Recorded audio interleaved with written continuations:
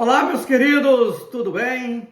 Espero que estejam tudo gozando de paz, de alegria nesse momento, ok? Pois bem, estou aqui, como prometido, para responder a pergunta que me foi feita, né, sobre o evangelismo, né?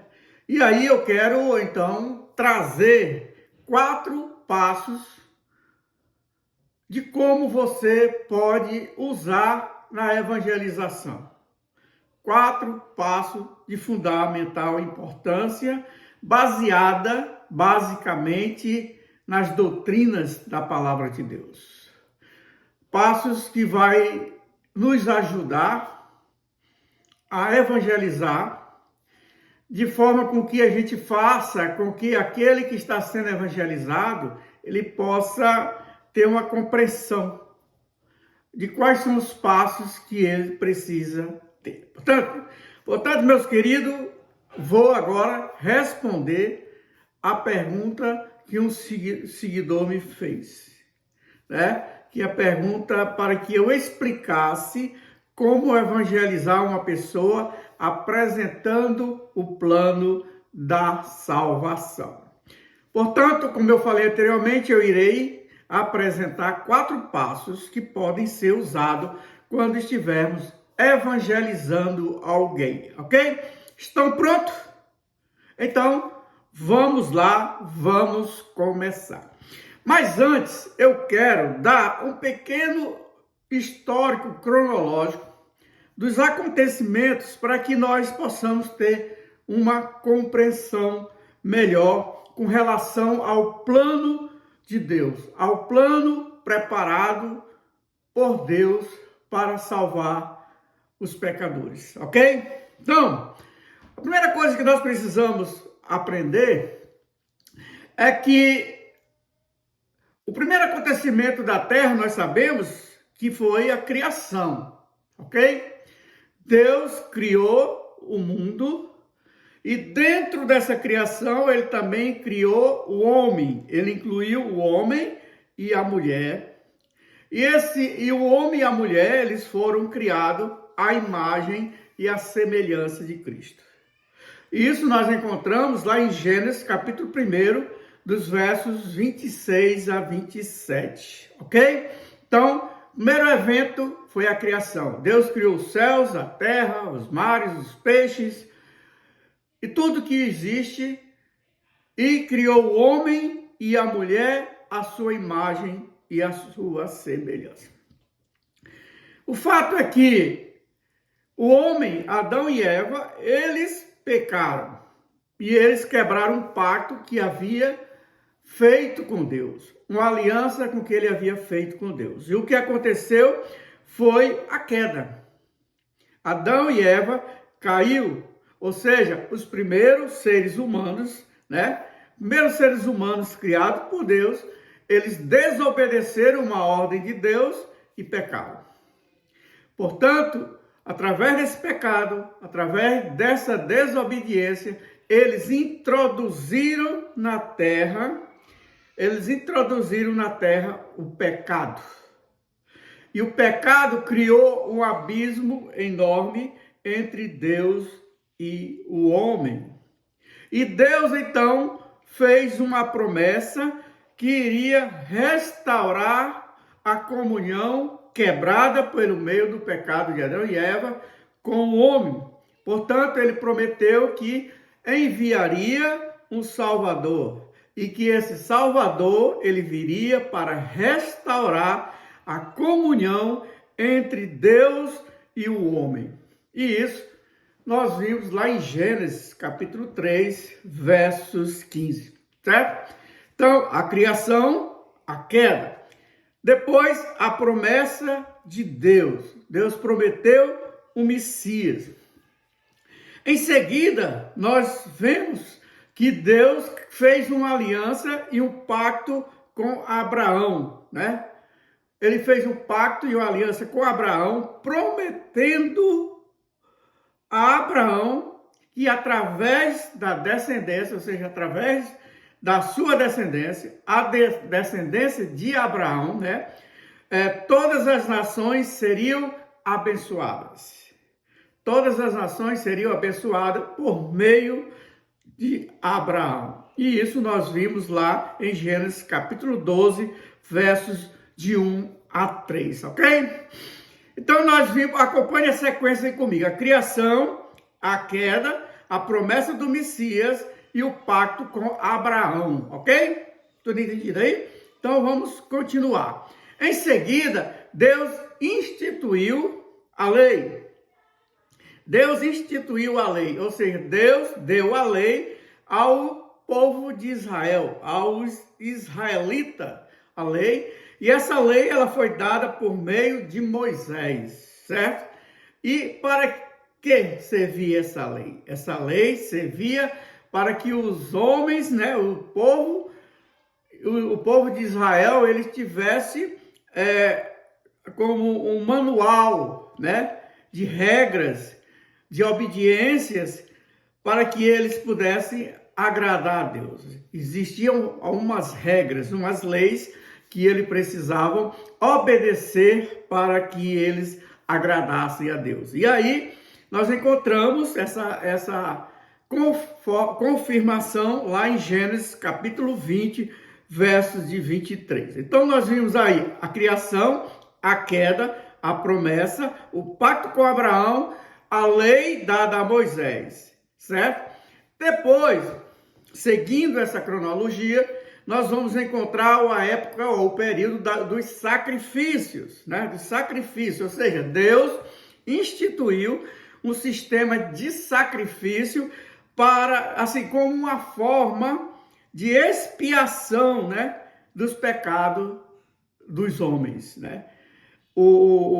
Era feito o sacrifício para expiar o pecado dos homens. E isso nós encontramos lá em Levíticos, capítulo 4, versos 5.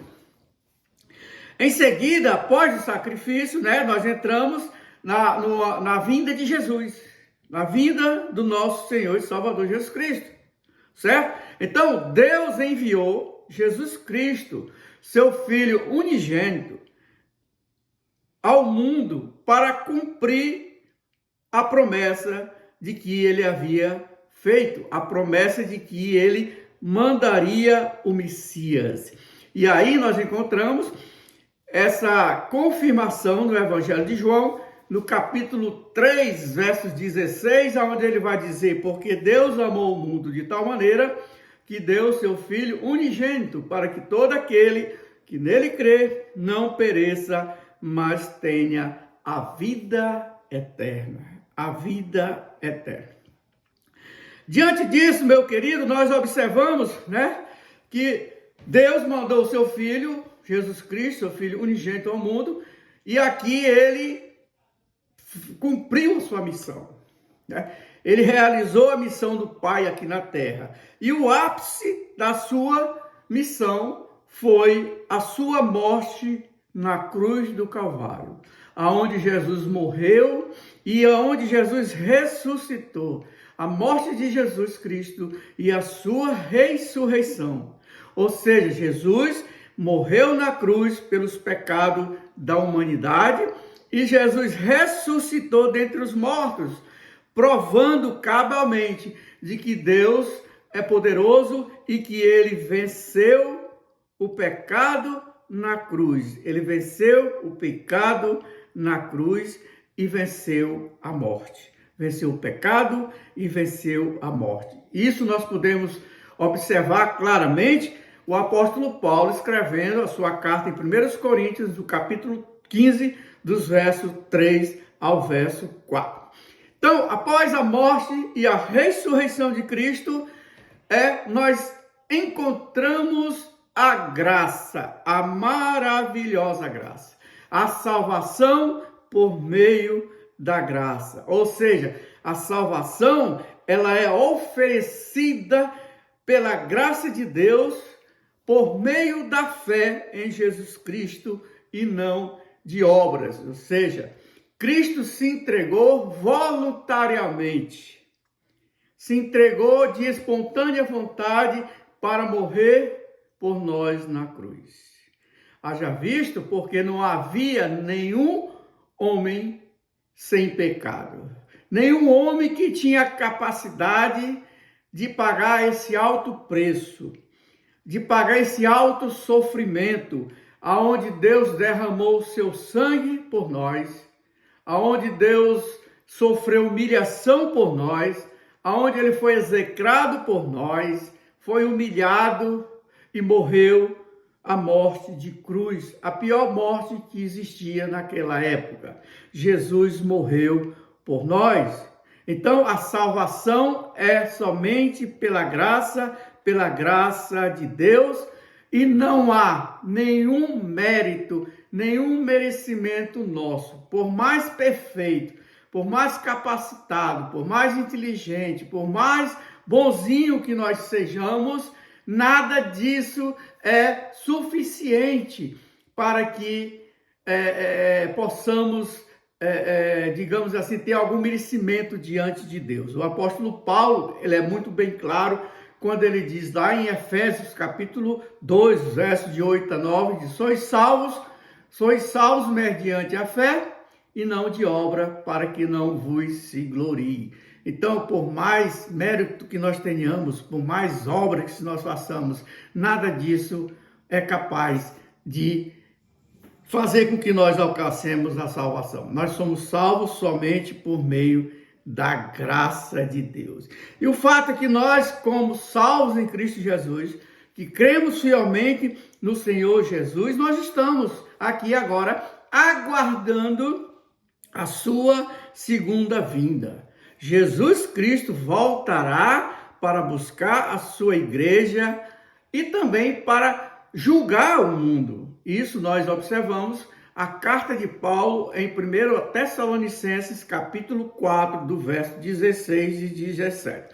Portanto, meu querido, aqui eu fiz uma breve descrição do plano de Deus na raiz, de onde começou o plano da salvação de Deus em uma ordem cronológica de conformidade com a palavra de Deus. Mas agora eu quero então entrar propriamente na resposta da pergunta que o seguidor meu fez. E eu espero que essa explicação, seja uma explicação bem simples, bem fácil e bem didática, de forma com que isso fique gravado em nossas mentes e que todas as vezes que nós formos fazer uma evangelização, nós possamos usar esses 4 passos como uma regra, uma regra simples, regra básica. São algumas situações que nós precisamos expor para aquele que nós estamos evangelizando, para que eles tenham a compreensão, e diante dessa compreensão ele irá tomar algumas decisões fundamentais para que ele seja alcançado por meio da graça. Portanto, o primeiro passo que nós, como evangelizadores, ou quando nós estivermos fazendo evangelização, nós precisamos fazer com que aquela pessoa que nós estamos evangelizando, ele tome a seguinte decisão. E a primeira decisão, a primeira compreensão que ele precisa ter é que ele precisa reconhecer que é um pecador. Ele precisa reconhecer que é um pecador.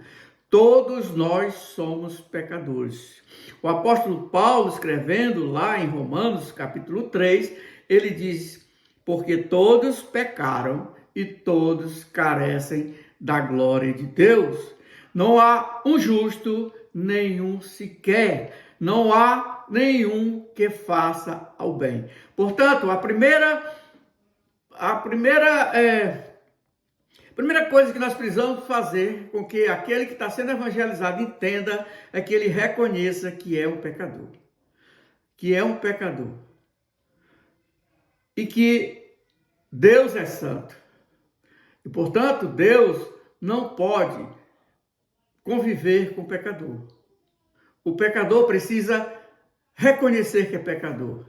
E ele precisa tomar outras decisões, para que só assim ele possa verdadeiramente ser alcançado pela maravilhosa graça de Deus. Então, primeira coisa, você tem que fazer com que a pessoa entenda que é um pecador. Que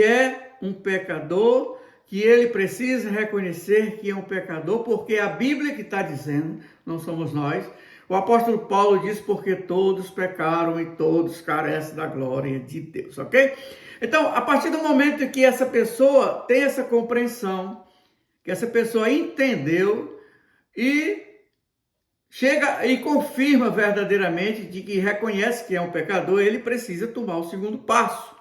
E o segundo passo, ele precisa crer. Precisa crer em Jesus Cristo. Porque Jesus Cristo é o único caminho para a salvação. Não há outro caminho, não há outro meio para a salvação. Tanto é que João, o evangelista, no capítulo 3, versos 16, ele diz: porque Deus amou o mundo de tal maneira que deu seu Filho unigênito, para que todo aquele que nele crê não pereça. Para todo aquele que nele crê não pereça, mas tenha a vida eterna. Portanto, a pessoa que nós estamos evangelizando, ele precisa entender que somente Jesus pode nos salvar. Somente Jesus pode nos salvar. Porque acima dos céus, abaixo da terra, não há nenhum outro capaz de nos salvar, a não ser o nosso Senhor e Salvador Jesus Cristo. Então, primeiro passo, reconhecer que é o pecador. Segundo passo, precisa crer na pessoa do nosso Senhor e Salvador Jesus Cristo. Pessoa do nosso Senhor e Salvador Jesus Cristo. Então aí nós vamos entrar no terceiro passo. Então nós vimos que ele reconheceu que é o pecador, vimos que ele se arrependeu dos seus pecados. Aliás, vimos que ele reconheceu que é um pecador, vimos que ele creu na pessoa do nosso Senhor e Salvador Jesus Cristo, agora ele precisa dar o terceiro passo. E qual é o terceiro passo? O terceiro passo é o arrependimento. Precisa se arrepender dos seus pecados. O apóstolo, o evangelista Lucas, no capítulo 3 de Atos, versos 19, ele diz, ele narrando um fato de que o apóstolo Pedro pregando ali para multidões, e ele disse: arrependei-vos, pois e convertei-vos dos pecados e peça perdão. Arrependei-vos e convertei-vos para que sejam apagados os vossos pecados. Arrependei-vos e convertei-vos para que sejam apagados os vossos pecados. E como nós vimos lá em Atos, capítulo 3, nós percebemos esse evento maravilhoso, esse evento, digamos, sobrenatural, que quase 3.000 pessoas compreenderam esses dois primeiros passos do plano da salvação, que é reconhecer que é pecador e que precisa crer na pessoa do nosso Senhor e Salvador, e eles se arrependeram. Então, o terceiro passo é o arrependimento. Mas também nós temos o quarto passo. Você reconhece que é pecador, você crê na pessoa do nosso Senhor e Salvador, você se arrepende dos seus pecados, mas precisa dar o quarto passo. E o quarto passo, meu querido, é aceitar Jesus Cristo como Senhor e Salvador pessoal da sua vida. Você precisa aceitar, você precisa confessar diante de Deus e aceitar com sinceridade e confessar diante dos homens de que recebe livremente, verdadeiramente, a Cristo como Senhor e Salvador da sua vida. Quando nós lemos lá em João, capítulo 1, verso 12, ele diz o seguinte: mas a todos quantos receberam, deram-lhe o poder de serem feitos filhos de Deus, aos que creem em seu nome. Você precisa aceitar Jesus como Senhor e Salvador da sua vida. Você precisa aceitar Jesus como o único suficiente, que é capaz, que é poderoso para nos salvar, porque ele morreu na cruz por nós, ele derramou o seu sangue por nós. Portanto, nós vimos 4 passos. 4 passos que eu quero, então, repetir para que fique gravado na sua mente, né? Primeiro passo é o reconhecimento. O segundo passo é crer. O terceiro é o arrependimento. E o quarto é aceitar Jesus como Salvador. Portanto, se você entendeu esses 4 passos do plano da salvação de Deus, e se você deseja aceitar Jesus Cristo como o seu Salvador pessoal, eu quero então lhe encorajar a fazer uma oração. Uma oração simples, mas deve ser uma oração sincera. E nessa oração você vai pedir a Deus para perdoar os seus pecados e que você irá aceitar Jesus como seu Senhor e Salvador. Portanto, para a nossa conclusão, eu quero pedir para você que está assistindo esse vídeo nesse momento e que entendeu esses 4 passos do plano da salvação e que Deus, por meio do Espírito Santo, tocou em seu coração e que você realmente quer aceitar Cristo como Salvador, eu quero compartilhar com vocês uma oração. E vocês podem repetir comigo as palavras que eu vou dizer, que é a seguinte. Você diga comigo as seguintes palavras. Querido Deus, reconheço que sou pecador e que preciso do seu perdão. Creio que Jesus Cristo morreu na cruz pelos meus pecados e ressuscitou dos mortos. Eu aceito Jesus como meu Salvador, como meu Senhor e Salvador pessoal. Por favor, perdoe-me os meus pecados e me dê a vida eterna. Ajude-me a viver para ti a partir de agora, no nome de Jesus. Amém. Portanto, se você repetiu essas palavras com sinceridade no coração, se você fez isso, parabéns. Eu quero lhe parabenizar. E eu quero dizer para você, meu querido, que você acabou nesse momento de entrar no reino dos céus. Você acabou de tomar a decisão mais importante da sua vida. Você se tornou uma nova criatura. E o Espírito Santo vai fazer com que as coisas velhas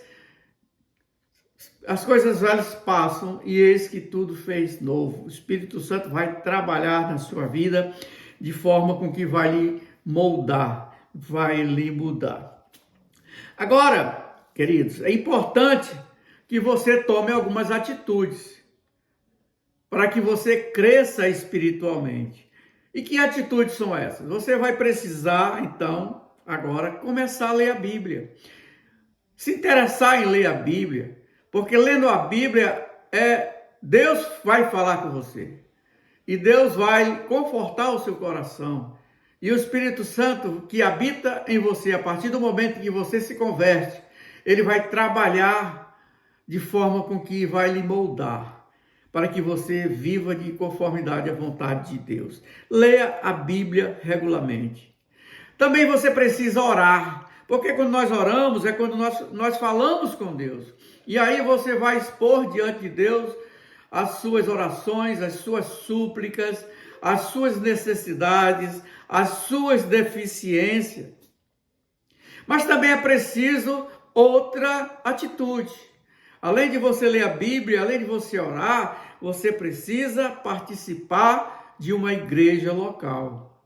Porque a igreja é onde reúne os santos e ali nós podemos crescer mutuamente, né? Uns ajudando os outros. Você vai passar a crescer espiritualmente, você vai passar a se conectar com outros cristãos.